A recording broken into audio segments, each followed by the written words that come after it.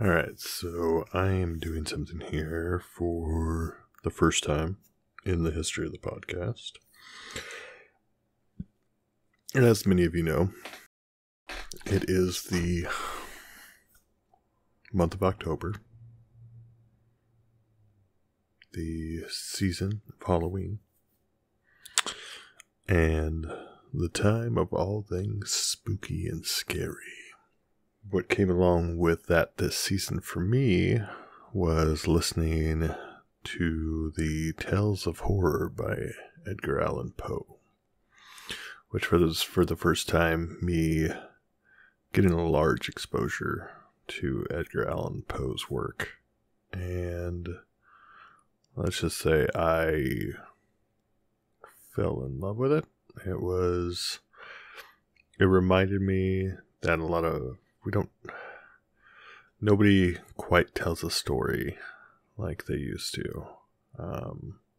And his stories definitely paint very vivid pictures and images in your head. About a year or two ago, I think, Micro did a reading of The Telltale Heart on his podcast, I think, around Halloween time.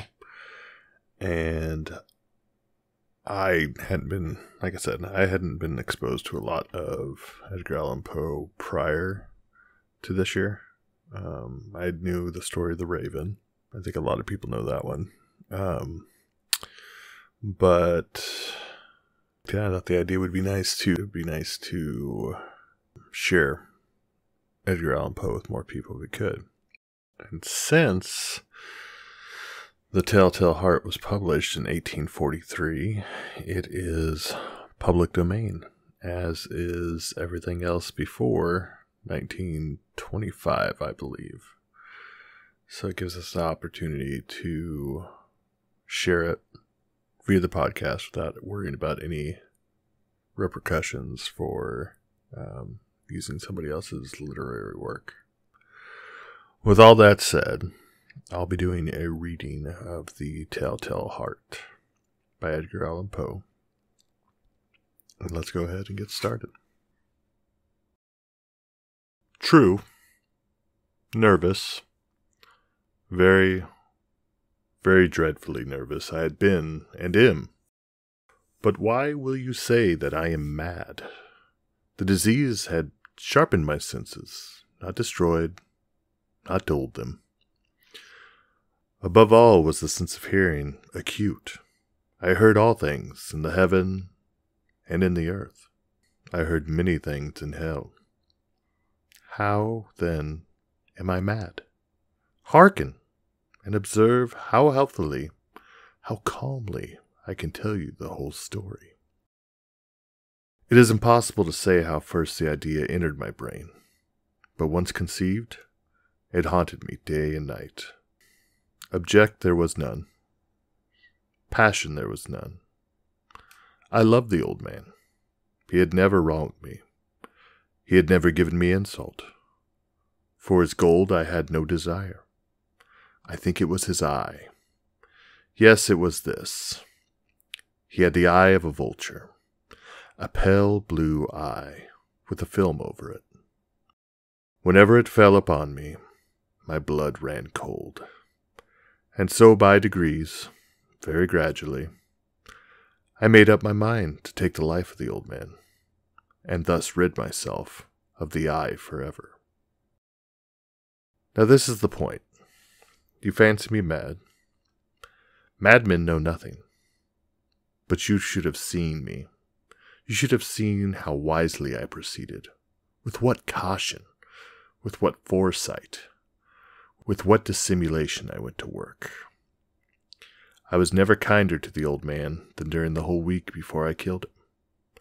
And every night, about midnight, I turned the latch of his door and opened it, oh so gently.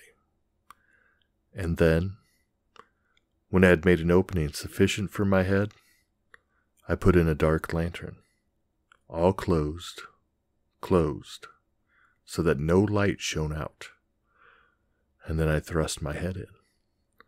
Oh, you would have laughed to see how cunningly I thrust it in. I moved it slowly, very, very slowly, so that I might not disturb the old man's sleep. It took me an hour to place my whole head within the opening so far that I could see him as he lay upon his bed. Ha! Would a madman have been so wise as this? And then, when my head was well in the room, I undid the lantern cautiously. Oh, so cautiously. Cautiously, for the hinges creaked. I undid it just so much that a single thin ray fell upon the vulture eye.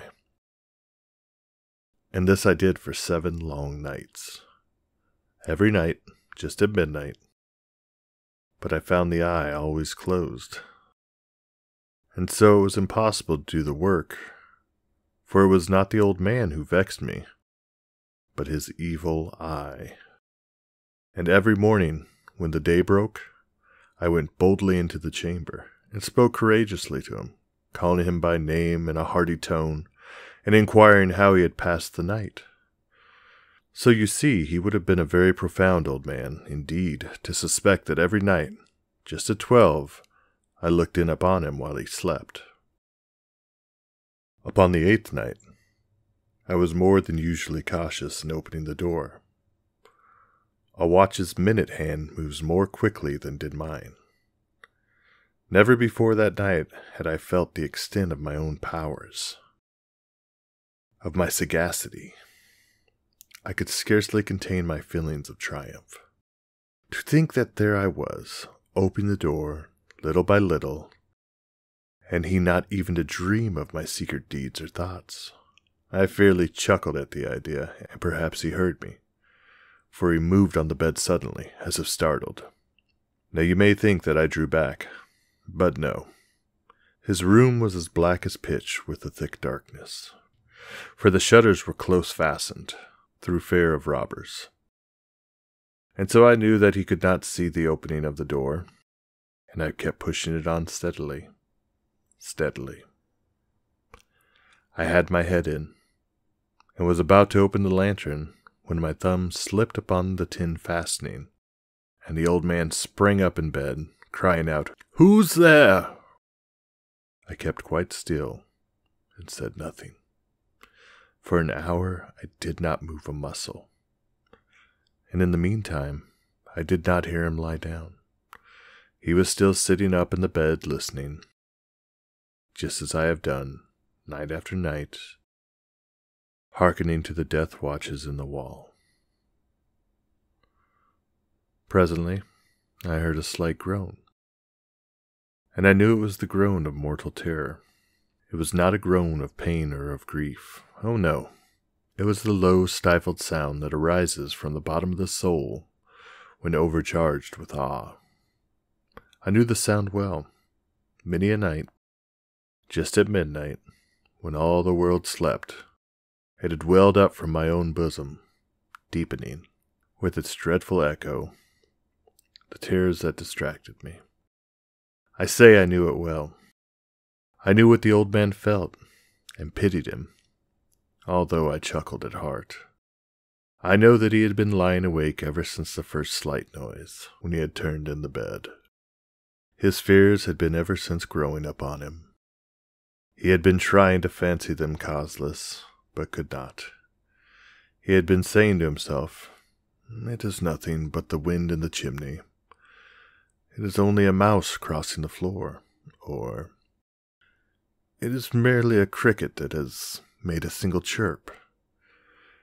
Yes, he had been trying to comfort himself with all these suppositions, but he had found all in vain, because death, in approaching him, had stalked with his black shadow before him, and enveloped the victim. And it was the mournful influence of the unperceived shadow that caused him to feel, although he neither saw nor heard, to feel the presence of my head within the room.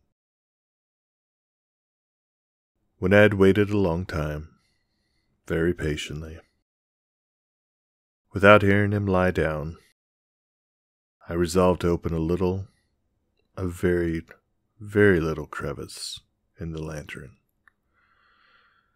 So I opened it. You cannot imagine how stealthily. Stealthily until, at a length, a single dim ray, like the thread of the spider, shot from out the crevice and fell upon the vulture eye.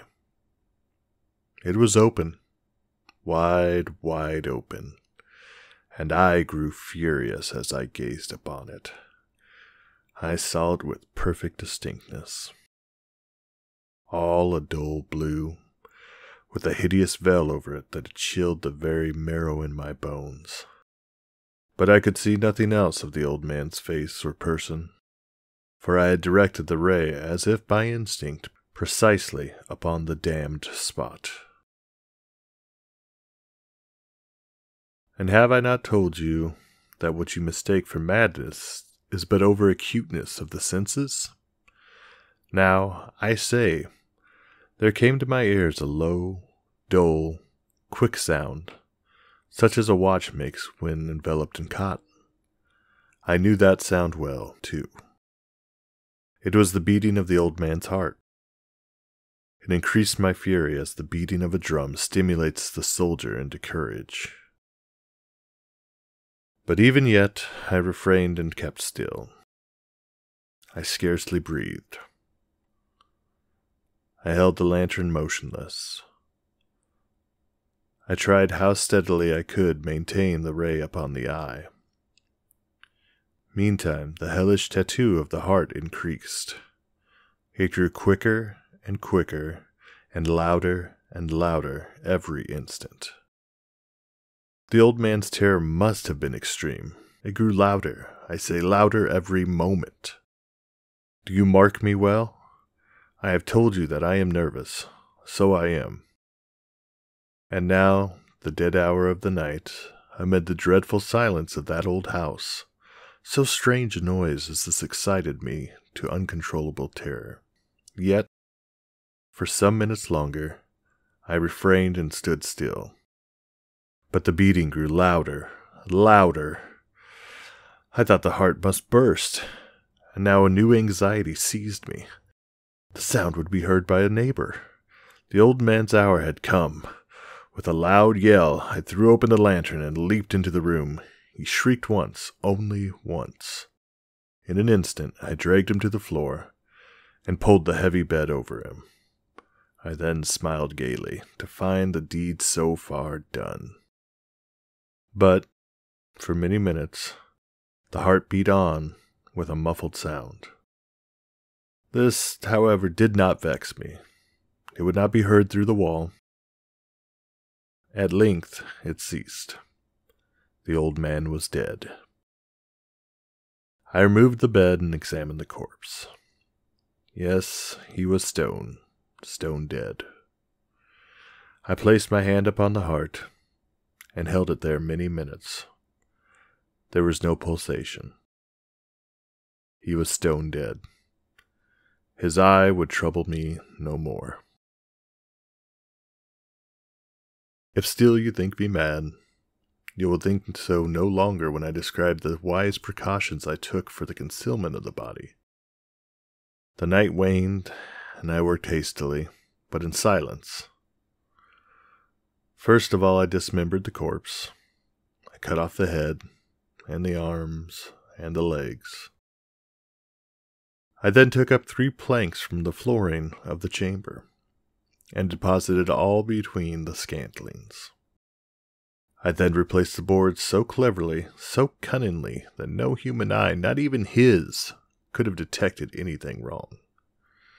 There was nothing to wash out, no stain of any kind, no blood spot whatever. I had been too wary for that. A tub had caught all. Ha ha! When I had made an end of these labors, it was 4 o'clock, still dark as midnight. As the bells sounded the hour, there came a knocking at the street door. I went down to open it with a light heart, for what had I to fear? There entered 3 men who introduced themselves, with perfect suavity, as officers of the police. A shriek had been heard by a neighbor during the night. Suspicion of foul play had been aroused, Information had been logged at the police office, and they, the officers, had been deputed to search the premises. I smiled, for what had I to fear? I bade the gentleman welcome. The shriek, I said, was my own in a dream. The old man, I mentioned, was absent in the country. I took my visitors all over the house. I bade them search well. I led them, at length, to his chambers. I showed them his treasures, secure, undisturbed. In the enthusiasm of my confidence, I brought chairs into the room, and desired them here to rest from their fatigues, while I myself, in the wild audacity of my perfect triumph, placed my own seat upon the very spot beneath which reposed the corpse of the victim. The officers were satisfied. My manner had convinced them. I was singularly at ease. They sat, and while I answered cheerily, they chatted of familiar things. But, ere long, I felt myself getting pale, and wished them gone. My head ached, and I fancied a ringing in my ears. But still they sat and still chatted. The ringing became more distinct. It continued and became more distinct. I talked more freely to get rid of the feeling, but it continued and gained definiteness, until, at length, I found that the noise was not within my ears. No doubt I now grew very pale, but I talked more fluently, and with a heightened voice. Yet the sound increased, and what could I do? It was a low, dull, quick sound, much such a sound as a watch makes when it's enveloped in cotton. I gasped for breath, and yet the officers heard it not. I talked more quickly, more vehemently, but the noise steadily increased. I arose and argued about trifles, in a high key and with violent gesticulations, but the noise steadily increased. Why would they not be gone? I paced the floor to and fro with heavy strides, as if excited to fury by the observations of the men, but the noise steadily increased. Oh God, what could I do? I foamed, I raved, I swore. I swung the chair upon which I had been sitting and grated it upon the boards, but the noise arose over all and continually increased. It grew louder, louder, louder, and still the men chatted pleasantly and smiled. Was it possible they heard not? Almighty God, no, they heard, they suspected, they knew. They were making a mockery of my horror. This I thought, and this I think. But anything was better than this agony. Anything was more tolerable than this derision. I could bear those hypocritical smiles no longer. I felt that I must scream or die, and now again, hark! Louder, louder, louder, louder. Villains, I shrieked, dissemble me no more. I admit the deed. Tear up the planks. Here. It is the beating of his hideous heart.